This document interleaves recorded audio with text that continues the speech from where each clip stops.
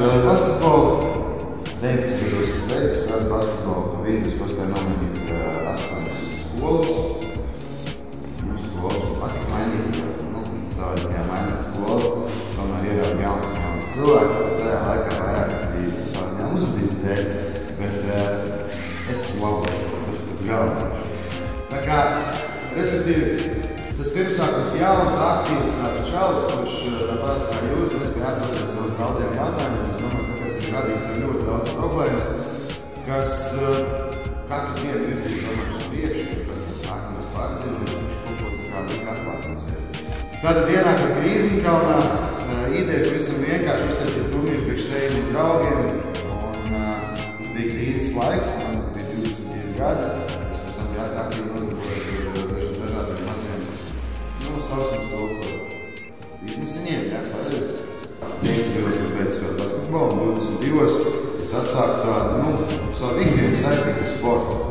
Un es saprotu, tas man patīk. Es saprotu, visi šitie turnīri vienmēr mums ir iespēja. Tātad mums var patikt, mums var nepatikt. Tāpēc, kad es kādreiz mācījos skolā, man viens nekad nebija tā kā izvisīs tāda teorija par to, ka es nāku uz skolu un es pats varu izvēlēties. Man tas patīk vai man tas nepatīk. Jo jebkurā gadījumā mums dzīvē ir divi stabiņi.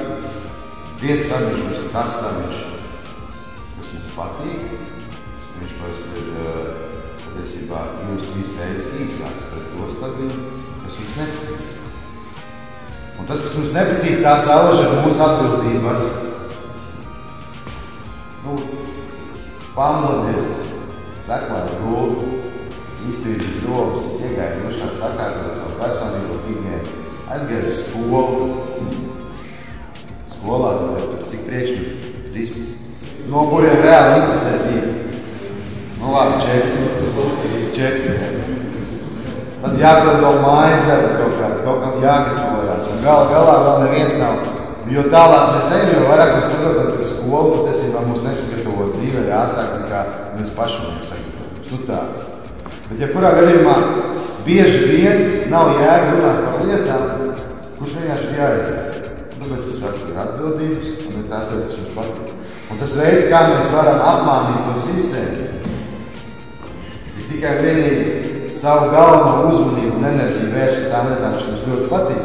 Tās lietas, kuras mums ir kā uz vienu brīdi nepatīk pateikt, mums principā viņas patīk apmānīt pašiem sevi. Ātri viņas izdarīt un aizmirst. Katram cilvēkam šajā dzīvē ir tā sava vieta, kurā viņš ir ļoti spēcīgs, jaudīgs un tā. Kā viņš var nonākt tajā vietā? Kā vispār cilvēks var atrast savu vietu?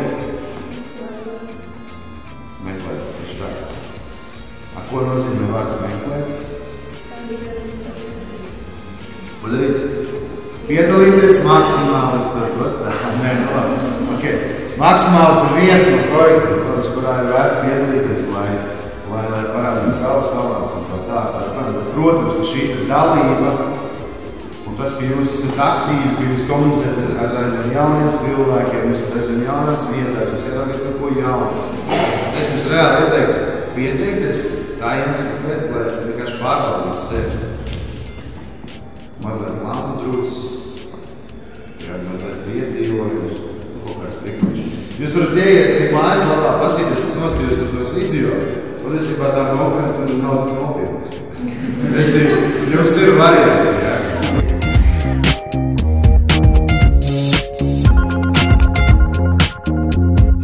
Es domāju, ka tā ir lieliski iespēja izcelties. Pirmkārtām vēl ir iespēja parādīt savu talantu un, ja vinnē naudas balvu, tad ir iespēja arī attīstīt talantu. Lai parādītu savu talantu un par to nopelnītu naudu, iegūtu balvas, kļūtu populāri. Jā, lai nesēdētu mājās, lai attīstītu talantu. Lai parādītu savu talantu, uz ko viņš ir spējīgs, vai varētu dabūt finansējumu, to attīstīt un parādīt visiem savu talantu labā. Es domāju, ka jāpiedalās katram, kurš vēlās piedzīvot kaut ko jaunu, un es domāju, tā ir lieliski iespēja, lai saņemtu arī nelielu stipendiju savam, tā teikt, nākotnes tam spērieniņam.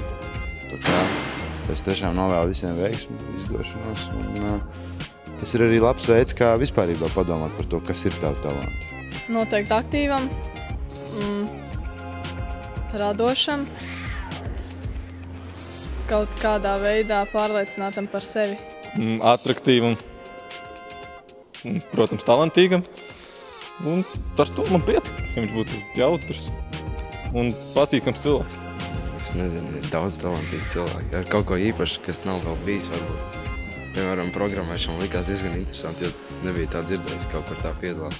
Un to vēl pagaidām vēl nav nodefinējis neviens. Līdz ar to es domāju, ka es nebūšu izņēmums. Es domāju, ka tādas īpašības, kādas viņam būs, tas palīdzēs viņa konkrētajam talantam. Un neviens nevar pateikt, kādam ir jābūt kādam. Kāds viņš ir, tāds viņš ir. Tādu mēs viņu arī pieņemsim. Mums taču ir piemēri. Paldies!